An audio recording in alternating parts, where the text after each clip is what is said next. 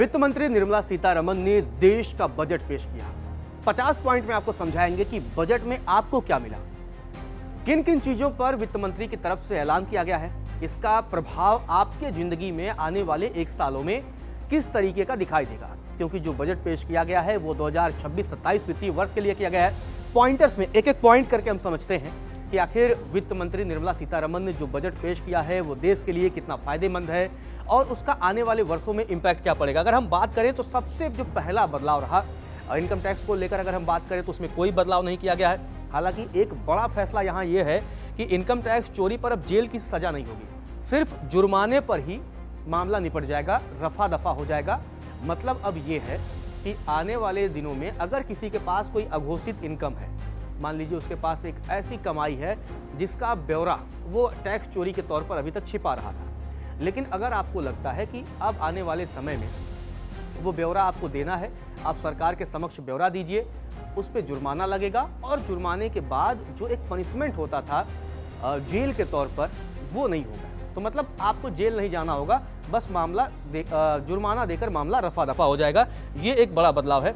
इसके अलावा 1 अप्रैल 2026 से नया इनकम टैक्स एक्ट लागू हो रहा है, इसको लेकर भी ये बड़ा बदलाव है और ये बहुत सारे बदलाव जो होने वाले हैं इसका बड़ा प्रभाव है। अगर हम बात करें तो 31 जुलाई तक आयकर रिटर्न दाखिल करने की समय सीमा दी गई है। तो मतलब अब तक क्या था, ये अगर आप लोगों को इनकम टैक्स का अगर हम बात करें तो 31 जुलाई तक आप अपना जो आयकर इनकम टैक्स रिटर्न है वो दाखिल कर सकते हैं। 31 जुलाई तक का वक्त होगा। हालांकि इसमें कंपनियों के लिए अगर हम बात करें, ट्रस्ट के लिए बात करें, जो बिजनेस से जुड़े लोग हैं उस सेक्टर के लिए अगर हम बात करें तो उनको ये जो तारीख है वो 31 अगस्त तक होगी। मतलब उनके पास 31 अगस्त तक का वक्त होगा कि वो अपना इनकम टैक्स दाखिल कर लें। अगर हम बात करें 31 दिसंबर के बदले अब 31 मार्च तक ही रिवाइज रिटर्न फाइल होगा। मतलब कई बार आपने इनकम टैक्स रिटर्न जो है दाखिल किया, लेकिन अगर उसे रिवाइज आप करना चाह रहे हैं तो रिवाइज करने के पहले क्या था, 31 दिसंबर तक ही करना होता था। अगर मान के चलिए आपने 31 जुलाई 2025 तक का आपने मान लीजिए आयकर रिटर्न आपने दाखिल किया और उसको अगर रिवाइज करना होगा तो उसके लिए आपको पहले 31 दिसंबर तक का वक्त मिलता था, लेकिन अब इसमें 3 महीने जो है इजाफा कर दिया गया है और अब ये तारीख 31 मार्च तक हो गई है। तो यानी रिवाइज रिटर्न के तारीखों में बदलाव किया गया है। इसके अलावा एक जो बहुत बड़ी बात है वो बहुत ज़रूरी इसलिए हो जाता है क्योंकि देश में आए दिन तमाम सड़क हादसे होते रहते हैं और उन्हें लेकर ये बड़ा बदलाव किया गया है। मोटर एक्सीडेंट क्लेम की रकम को इनकम टैक्स से छूट दी गई है। मतलब अभी तक क्या होता था, एक्सीडेंट के बाद जो मुआवजा मिलता था उस पर भी टैक्स लगाया जाता था। तो ऐसे में क्या होता था, जो पीड़ित होता था उसे जो मिलने वाली रकम थी, जो पैसे थे, उसमें कटौती हो जाती थी। लेकिन अब उसमें कोई कटौती नहीं होगी। अगर मान के चलिए आप एक्सीडेंट के बाद किसी एक व्यक्ति को अगर 4 लाख का क्लेम मिलना है तो 4 लाख उसे पूरा मिलेगा, उसमें किसी भी प्रकार का कोई टैक्स नहीं लगाया जाएगा। तो ये एक अहम बदलाव माना जा रहा है। इसके अलावा एक जो बड़ा बदलाव और है वो है ओवरसीज टूर प्रोग्राम पर 5% की जगह अब 2% टैक्स लगेगा। मतलब विदेश यात्रा जो है अब वो आसान हो जाएगी, मतलब थोड़ी सस्ती हो जाएगी। आसान की बात क्या करें, सस्ती हो जाएगी। अगर मान के चलिए पहले 5% टैक्स देना होता था तो 3, अब 2% लगेगा। 3% का राहत है, मतलब 100 रुपये में आपको 3 रुपये बचने वाले हैं। इसके अलावा एजुकेशन और मेडिकल पर्पज पर 5% की जगह 2% का टैक्स ही दिया गया है। मतलब ये व्यवस्था होगी, जैसे पहले कोई विदेश में पढ़ रहा है, उसे पैसे भेजने की अगर हम बात करें, उसके घर से पैसे जा रहे हैं तो उस पर भी टैक्स लगता था, अब वो 5% की जगह 2% लगेगा। तो ऐसे में उस छात्र के पास एक और विकल्प बचेगा। तो इस तरीके से ये राहत मिलेगी। और अगर हम एक और जो बड़ा बदलाव है वो है एम्प्लॉयज हायरिंग सर्विसेज पर भी 1 से 2% का टैक्स होगा। ये भी एक बड़ा बदलाव है। ये सर्विस सेक्टर के लिए बड़े पैमाने पर इस बदलाव का बहुत महत्व होने वाला है। इसके अलावा ड्यूटी फ्री आयात सीमा अब 1% से बढ़कर 3% किया जाएगा। तो इसमें एक बदलाव किया गया है। और विदेश यात्रा पैकेज पर TCS की दर 2% किया जाएगा। ये भी एक बड़ा बदलाव, जैसा कि मैंने आपको बताया। स्टैंडर्ड डिडक्शन को 75,000 पर ही स्थिर रखा गया है। मतलब जो अभी टैक्स स्लैब है उसमें आपको जो करंट टैक्स स्लैब है 12 लाख, और अगर आप 12,75,000 रुपये तक कमाते हैं तो 75,000 का डिडक्शन मिल जाता है। वो यथा स्थिति उसकी बरकरार है, यानी पहले जैसी स्थिति थी उसी स्थिति में अभी भी बरकरार रखा गया है। मतलब उसमें किसी भी तरह का न बदलाव किया गया है, न छेड़छाड़ की गई है। इसके अलावा अगर हम बात करें ऑपरेशन सिंदूर के बाद डिफेंस के बजट में इजाफा किया गया है कि जिस तरीके से 2025 में ऑपरेशन सिंदूर हुआ और उसके बाद से भारत को ये लगने लगा कि उसे डिफेंस में अपनी ताकत को और बढ़ाना है, उसके लिए बजट खर्चा करना पड़ेगा, मेक इन इंडिया प्रोग्राम को और बढ़ावा देना होगा। इसके अलावा हमें दुनिया के अन्य देशों के साथ हथियारों को लेकर नई नई डील करनी होगी और हमें दुनिया के अन्य जो बहुत ही कारगर हथियार हैं उन्हें मंगाना पड़ेगा। तो ऐसे में ऑपरेशन सिंदूर के बाद जो रक्षा बजट है, डिफेंस बजट है, उसमें 15% का इजाफा किया गया है। रक्षा बजट अब बढ़कर 6.81 लाख करोड़ रुपए से बढ़ाकर अगर हम बात करें तो ये 7.85 लाख करोड़ रुपए कर दिया गया है। तो ये एक बड़ा ही अहम बदलाव माना जा रहा है और इस परिस्थिति में माना जा रहा है कि जब हमारे पड़ोस के मुल्क लगातार हमसे दुश्मनी पाले हुए हैं, पाकिस्तान पहले से ही हमारा दुश्मन बना बैठा हुआ है, चीन की भी नज़र हमेशा टेढ़ी रहती है और इसके अलावा अगर हम बात करें तो बांग्लादेश भी नए दुश्मन के तौर पर उभर रहा है। तो इस परिस्थिति में भारत को अपने डिफेंस सेक्टर को और मजबूत करने की ज़रूरत थी, इसलिए बजट में बढ़ाया गया है। इसके अलावा अगर हम बात करें तो मरीजों को बड़ी राहत दी गई है बजट में। मरीजों को अगर हम बात करें तो कैंसर की 17 दवाओं पर आयात शुल्क हटाया गया है, जिसके बाद से ये दवाएं सस्ती होंगी। तो यानी इंपोर्ट ड्यूटी जितना लगता था उसे हटा दिया गया है, उसके बाद से इनकी कीमतों में लगातार गिरावट देखने को मिलेगी। और अगर हम बात करें तो ट्रांसपोर्टेशन को लेकर भी बड़ा फैसला हुआ है और इसके लिए 7 हाई स्पीड रेल कॉरिडोर बनाने की घोषणा की गई है और ये रेलवे के लिहाज से बहुत बड़ा फैसला माना जा रहा है, क्योंकि इससे क्या होगा कि आने वाले समय में जो माल ढुलाई की प्रक्रिया है वो प्रक्रिया कहीं ना कहीं आसान हो जाएगी, सुलभ हो जाएगी। इससे रेलवे का ग्रोथ होगा और इससे हमारी जो इकोनॉमी है उसको भी बूस्ट मिलेगी। अगर हम बात करें मुंबई से पुणे कॉरिडोर बनाया जाएगा, पुणे से हैदराबाद, हैदराबाद से बेंगलुरु, हैदराबाद से चेन्नई, चेन्नई से बेंगलुरु, दिल्ली से वाराणसी और वाराणसी से सिलीगुड़ी। तो मतलब इन इलाकों में रेल कॉरिडोर बनाया जाएगा और हाई स्पीड होंगी जिसमें मालगाड़ी आसानी से निर्बाध तरीके से आ जा सकेंगी और इसका फायदा रेलवे के साथ साथ इकोनॉमी में भी देखने को मिलेगा। और अगर हम बात करें तो 3 आयुर्वेदिक एम्स खोलने की भी घोषणा की गई है और ये फैसला इसलिए अहम हो जाता है क्योंकि आयुर्वेद को लेकर, जहाँ की आजकल मैक्सिमम जो लोग एलोपैथी पर डिपेंडेंट हैं, लेकिन आयुर्वेद जो कि भारत की मूल चिकित्सा पद्धति है उसे बढ़ावा देने के लिए 3 एम्स की तर्ज पर ही आयुर्वेद से रिलेटेड जो है वो एम्स की तर्ज पर ही चिकित्सा संस्थान खोले जाएंगे। वो आने वाले समय में भारत के लिए मील का पत्थर साबित होने वाले हैं, क्योंकि ये जो फैसला है अपने आप में बहुत बड़ा फैसला माना जा रहा है। आयुर्वेद की दिशा में ये बड़ा फैसला माना जा रहा है। अगर हम बात करें तो टूरिज्म को बढ़ाने के लिए भी 5 मेडिकल टूरिज्म को बढ़ाने के लिए तो 5 मेडिकल हब बनेंगे। तो ये भी अपने आप में एक बड़ा फैसला है कि जिस तरीके से 5 मेडिकल हब बनेंगे और इसमें क्या होगा, इसमें जो डॉक्टर्स होंगे, जो नर्स होंगे, उन्हें बड़े पैमाने पर और रोजगार के अवसर उपलब्ध होंगे। तो यहाँ पर जॉब सेक्टर भी जुड़ा हुआ है। ये 5 मेडिकल अगर हब बनाए जाते हैं। अगर हम बात करें तो छोटे शहरों के लिए भी एक जो बजट का प्रावधान किया गया है, ये छोटे शहरों के लिए टियर 2, 3 टाइप के शहरों का डेवलपमेंट करने के लिए, क्योंकि जब केंद्र में मोदी सरकार आई थी तो उस वक्त 100 स्मार्ट सिटी की बात की गई थी। हालांकि ये अभी उस पर सवाल उठते रहते हैं कि कितने बने कितने नहीं बने, लेकिन एक बड़ी अहम बात हो जाती है कि 5 लाख से ज़्यादा आबादी वाले शहरों के लिए 12.2 लाख करोड़ रुपए का प्रावधान किया गया है। अब ये जो पैसे खर्च होंगे, जो 5 लाख से ज़्यादा की आबादी वाले शहर हैं वहाँ पर इन पैसों को खर्च किया जाएगा और जब वहाँ पर ये पैसे खर्च होंगे तो ऐसे में जो यूथ होगा उसके लिए लोकल लेवल पर बिजनेस के अवसर होंगे, इंफ्रास्ट्रक्चर वहाँ का डेवलप होगा तो स्थानीय लेवल पर रोजगार के अवसर उपलब्ध होंगे और इसके अलावा वहाँ एक बड़ा मार्केट बन सकता है और आने वाले समय में वहाँ निवेशक भी दिलचस्पी दिखा सकते हैं। तो ऐसे में ये जो योजना है गवर्नमेंट की, इस योजना का महत्व आने वाले समय में देखने को मिलेगा, क्योंकि अब तक जो डेवलपमेंट की अगर हम बात करें तो डेवलपमेंट का जो काम था वो बड़े शहरों तक ही सीमित था। हमने देखा कि दिल्ली डेवलप हुआ, दिल्ली के अगल बगल एनसीआर एक पूरा इलाका वो डेवलप हुआ, हैदराबाद की बात करें, चेन्नई की बात करें, कोलकाता की बात करें, मुंबई की बात करें, ये वो तमाम बड़े शहर हैं जिनका तो डेवलपमेंट हो गया। अहमदाबाद की बात करें, लेकिन अब उन इलाकों को भी, यानी उन शहरों को भी जहाँ 5 लाख से आसपास आबादी है, उनको भी 5 लाख से ज़्यादा आबादी वालों को भी अब डेवलप किया जाएगा एक अच्छे शहर की तर्ज पर। इसके बाद वहाँ पर क्या होंगे कि हेल्थ की अगर हम बात करें, एजुकेशन की बात करें, तो ऐसे तमाम सेक्टर्स में बदलाव आने की संभावना है।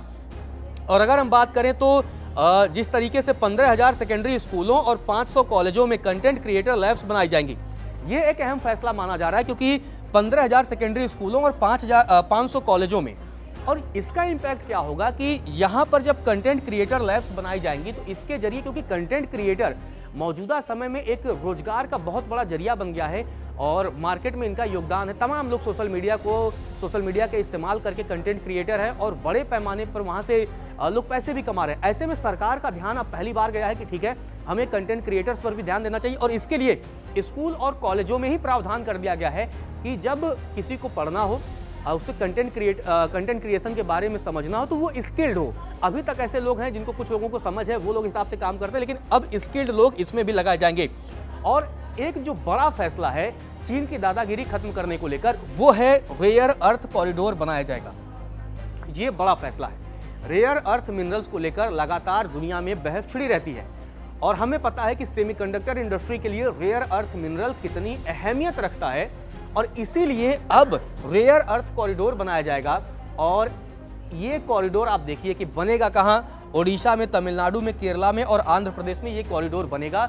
और ये कॉरिडोर भारत का भाग्य बदलने वाला है, क्योंकि करंट सिचुएशन में अगर हम बात करें तो रेयर अर्थ मिनरल्स के मामले में, रेयर अर्थ एलिमेंट के मामले में भारत 90% चीजें चाइना से आयात करता है। तो ऐसे में खुद आत्मनिर्भर बनने की दिशा में भारत ने अब कदम उठाया है और ये बहुत बड़ा फैसला माना जा रहा है और इस फैसले का प्रभाव आने वाले समय में देखने को मिल जाएगा।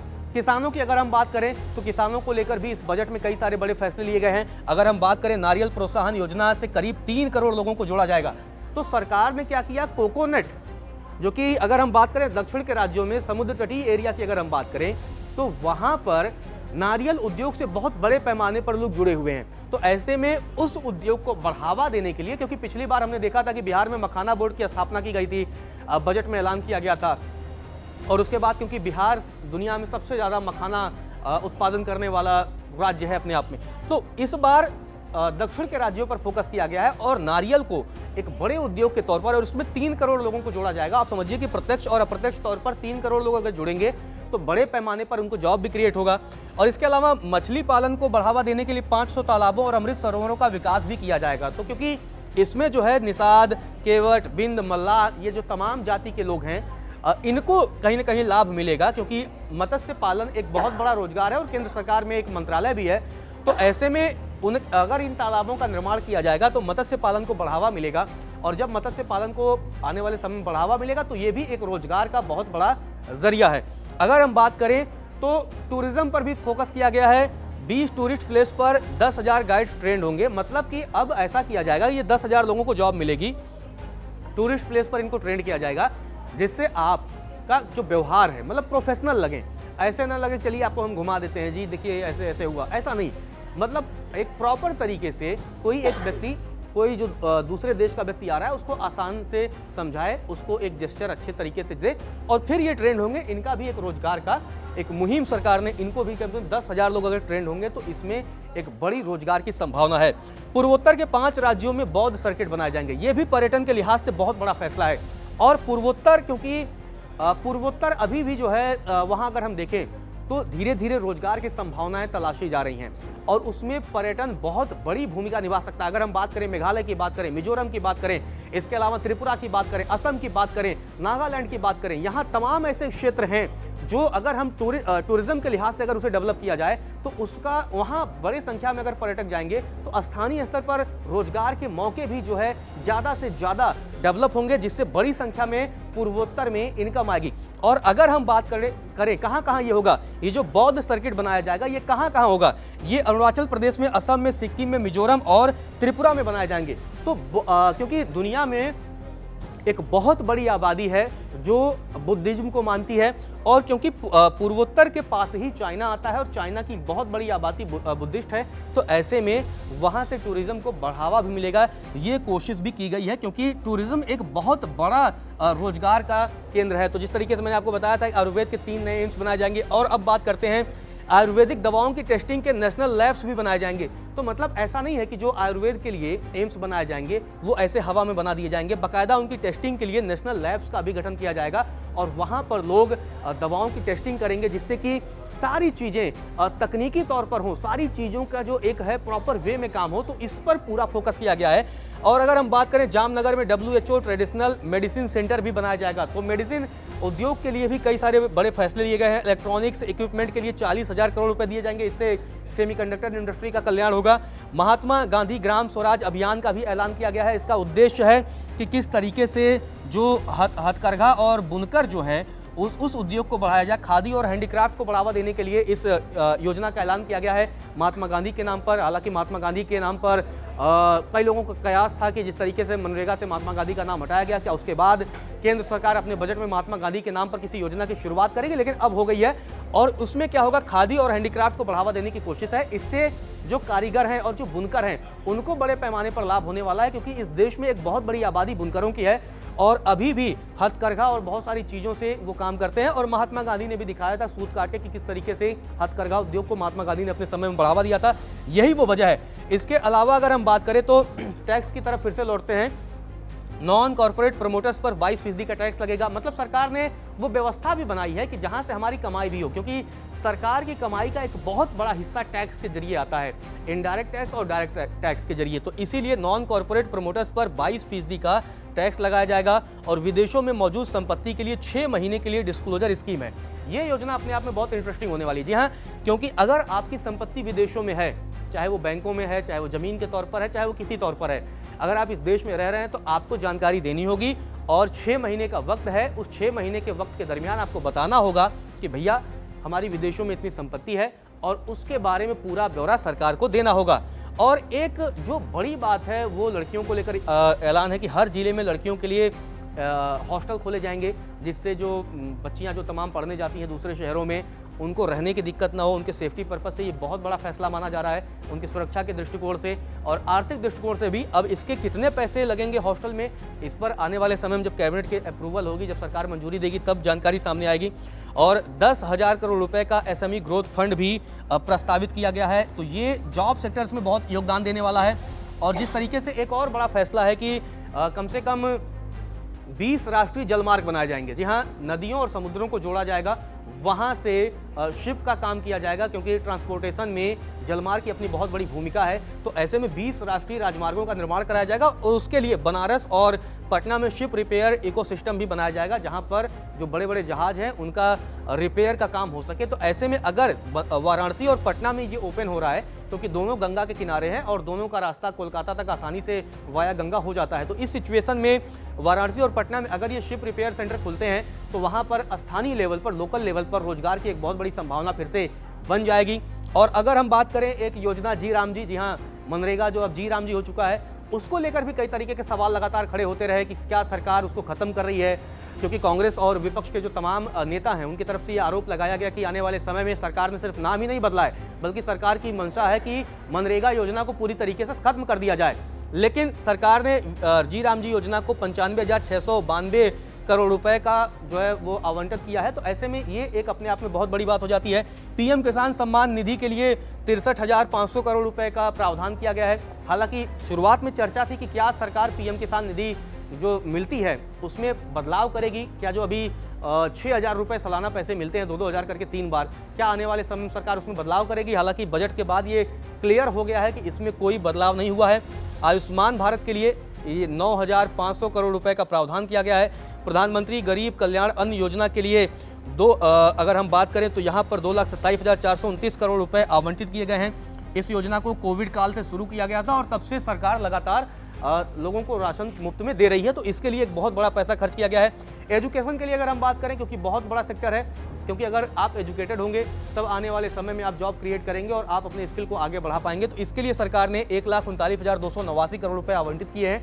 और अगर हम बात करें तो 1.5 लाख मल्टी स्किल्ड केयर गिगर्स को भी ट्रेनिंग की योजना है। अब ये योजना किस लिए है, बड़ा सवाल ये हो जाएगा कि केयर गिगवर्स क्या है भाई, क्योंकि आने वाले समय में आप देख रहे होंगे कि बहुत सारे बुजुर्ग ऐसे हैं जिनके पास धन संपत्ति तो है लेकिन उनकी कोई केयर टेकिंग करने वाला नहीं है। तो ऐसे में सरकार इस योजना पर भी काम कर रही है कि आने वाले समय में अगर आप जो बुजुर्ग लोग हैं, अगर आप उनकी देखभाल करते हैं, अगर आप उनको देखभाल के लिए स्किल्ड हैं, तो उससे भी आपको जॉब मिलेगा। जी हाँ, तो ये भी एक बड़ा फैसला, क्योंकि जिस तरीके का परिवेश होता जा रहा है ऐसे सिचुएशन में एक उम्र के बाद लोग कहीं ना कहीं अकेले हो जाते हैं, तो उसके लिए इस योजना को सरकार ने बनाया है। अगर हम बात करें पूर्वी भारत में national institute of the design खोला जाएगा, तो जिन लोगों का शौक फैशन में है उनके लिए भी ये इंस्टीट्यूट खोला जाएगा। ऐसे में उनको ट्रेनिंग मिल जाएगी और ये पूर्वी भारत में, हालांकि अभी ये तय नहीं हुआ कि पूर्वी भारत में ये कहाँ खोला जाएगा, लेकिन आने वाले समय में जब कैबिनेट इस बात की चर्चा करेगी तो इस पर मुहर लग जाएगा। अगर हम बात करें तो नए वेटनरी कॉलेज और पैरा वेटनरी कॉलेज भी बनाए जाएंगे और जामनगर में WHO ट्रेडिशनल मेडिसिन सेंटर खोला जाएगा। तो मेडिकल के लिए जामनगर, जो कि गुजरात में आता है, वहाँ के लिए बड़ा फैसला है। तो इस तरीके से सरकार ने लगभग सभी सेक्टर्स का ध्यान रखा है, लेकिन कई लोगों को बड़ी उम्मीदें थी कि टैक्स में बदलाव होगा, ऐसा नहीं किया गया। टैक्स में किसी भी तरीके का कोई बदलाव नहीं किया गया। हालांकि जो सबसे बड़ा बदलाव ये हुआ कि अगर आपके पास अघोषित संपत्ति है, उसको आप अगर घोषित करते हैं तो उसमें आपको सिर्फ जुर्माना लगेगा, जेल जाने से आप बच जाएंगे। तो ये पूरे 50 पॉइंट थे। इन 50 पॉइंट के जरिए मैंने आपको बताया कि किस तरीके से ये बजट आपके लिए है। अब आप समझिए कि इस बजट से आपको क्या मिलेगा और कितना फायदा होगा।